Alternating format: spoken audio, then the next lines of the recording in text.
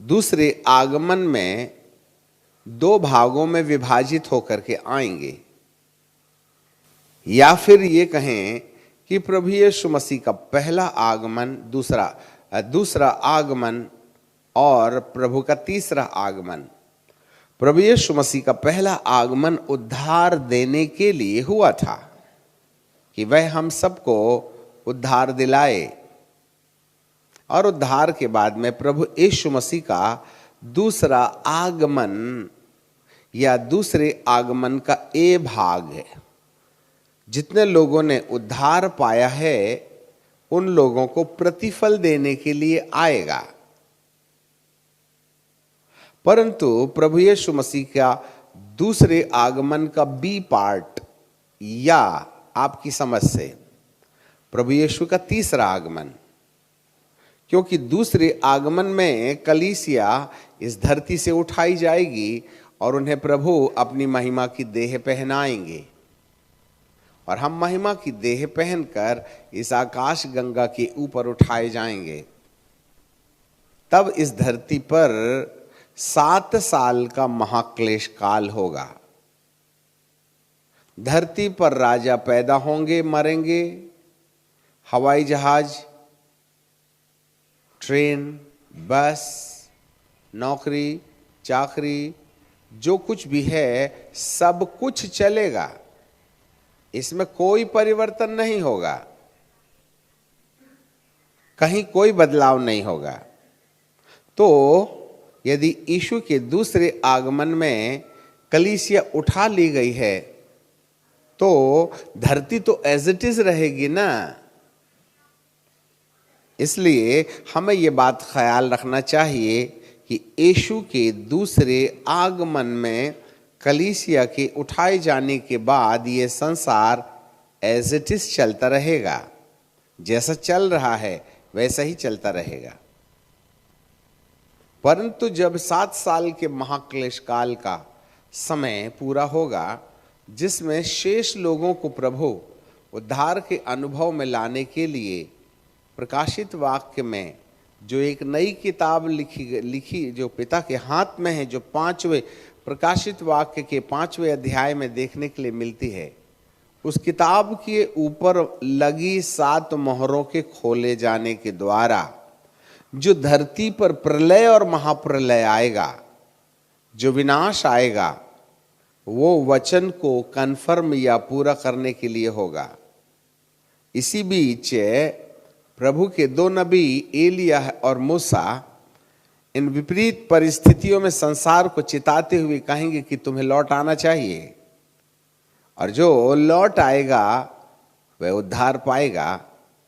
और जिन लोगों ने परमेश्वर की सलाह नहीं मानी, वरन उस दुष्ट आत्माओं के प्रभाव में उन लोगों ने परमेश्वर विरोधी काम करते रहे और घृणित वस्तु को अपना ईश्वर बना बैठे, उनके लिए बिल्कुल आखिरी में 7 साल के महाक्लेश काल के आखिरी में प्रभु यीशु मसीह के दूसरे आगमन का बी पार्ट या तीसरा आगमन, जो आपको समझ में आता है, इसलिए कंफ्यूजन में मत रहना। तीसरे आगमन में प्रभु उन अधर्मियों के ऊपर न्याय का काम करेगा। पहला आगमन उद्धार देने के लिए, दूसरा आगमन प्रतिफल देने के लिए, और तीसरा आगमन न्याय करने के लिए। इसलिए बाइबल हमें दूसरा प्रकाशित वाक्य की किताब और उसका 22वां अध्याय और उसके 12वें पद में प्रभु यीशु मसीह के दोबारा आने के भाग को लिखा तो एक ही आयाम में है, परंतु उसका अर्थ अलग अलग है। देखो मैं शीघ्र आने वाला हूं, हर एक के कामों के अनुसार बदला बदला बदला। बदला का संबंध जजमेंट, और हर एक के कामों के अनुसार प्रतिफल प्रतिफल प्रतिफल, अवार्ड अवार्ड अवार्ड, प्रतिफल। प्रतिफल जो है, जिसने अच्छा किया है उसको प्रतिफल मिलता है। परंतु जिसने गलत किया है उसको बदला मिलता है। कहते हैं ना बदला, हाँ इसको किए का बदला मिल रहा है, तभी तेरा एक्सीडेंट हो गया।